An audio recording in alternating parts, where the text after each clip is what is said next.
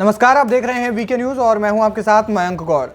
भारत में मदरसा शिक्षा प्रणाली और खासतौर पर मदरसों को लेकर के कई बार कुछ खुलासे होते रहते हैं और साथ ही साथ मदरसों को लेकर के बीजेपी के तमाम नेता बयान जो है देते रहते हैं। बीजेपी के मुस्लिम नेता भी मदरसा शिक्षा प्रणाली पर कई बार प्रश्न चिन्ह खड़े करते हुए पाए गए हैं।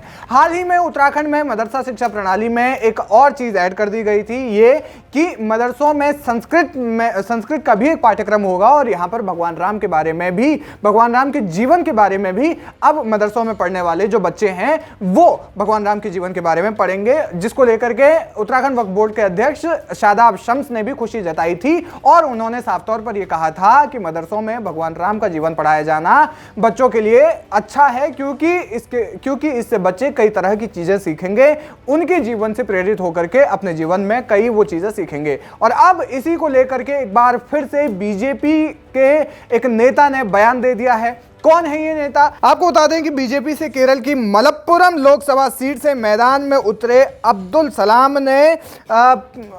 ने मदरसा शिक्षा प्रणाली को लेकर के कई बातें कही हैं और साथ ही साथ मदरसों को लेकर के भी बातें कही है। लेकिन सबसे पहले ये जानते हैं कि अब्दुल सलाम, जिन्हें की बीजेपी ने अपना उम्मीदवार बनाया है, वो आखिर हैं कौन? आपको बता दें कि कालीकट यूनिवर्सिटी के वाइस चांसलर वो रह चुके हैं और पीएम मोदी के बहुत बड़े प्रशंसक भी माने जाते हैं। इससे पहले भी विधानसभा चुनाव में बीजेपी ने इस सीट से उन्हें टिकट दिया था। इस दौरान उन्होंने कहा कि प्रधानमंत्री ने देश के अल्पसंख्यकों के लिए जितना काम किया उतना किसी भी नेता ने नहीं किया।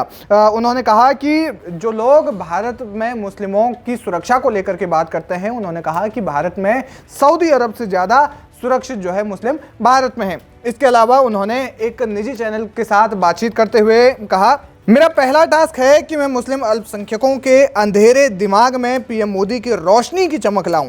अब्दुल सलाम ने कहा कि केरल में मुस्लिम अलग ही दौर में जी रहे हैं, उन्हें मदरसों से दिशा मिलती है जिनका नेटवर्क बहुत सख्त है। मैं पीएम मोदी के विकास की रोशनी इनकी ज़िंदगी में भर दूं। मैं बताऊंगा उन्हें कि आप अंधेरे में रह रहे हैं जो वास्तव में नहीं है, बल्कि ऐसा माहौल आपके आसपास बनाया गया है ताकि आप भ्रम में बने रहें। हकीकत यह है कि पीएम मोदी ने काफ़ी समय और पैसा देश के मुस्लिमों और ईसाइयों के विकास के लिए दिया है।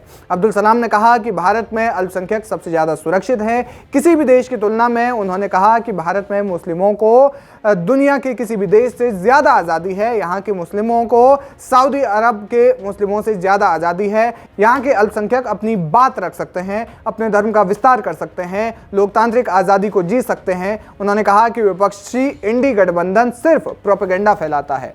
कुल मिलाकर के उन्होंने विपक्ष पर भी निशाना साधा और साथ ही साथ अपने राज्य में मुस्लिमों की स्थिति के बारे में बताया और वो किस तरीके से उनका सुधार कर सकते हैं, पुनरुद्धार कर सकते हैं, उसको लेकर के भी उन्होंने बात कही है। आपको बता दें कि इससे पहले भी तमाम जो बीजेपी के नेता हैं वो मदरसों को लेकर के बयान दे चुके हैं और अब इस फहरिस्त में एक और नाम अब्दुल सलाम का जुड़ गया है। क्या कुछ कहना चाहते हैं उनके इस बयान पर, हमें कमेंट करके ज़रूर बताएं।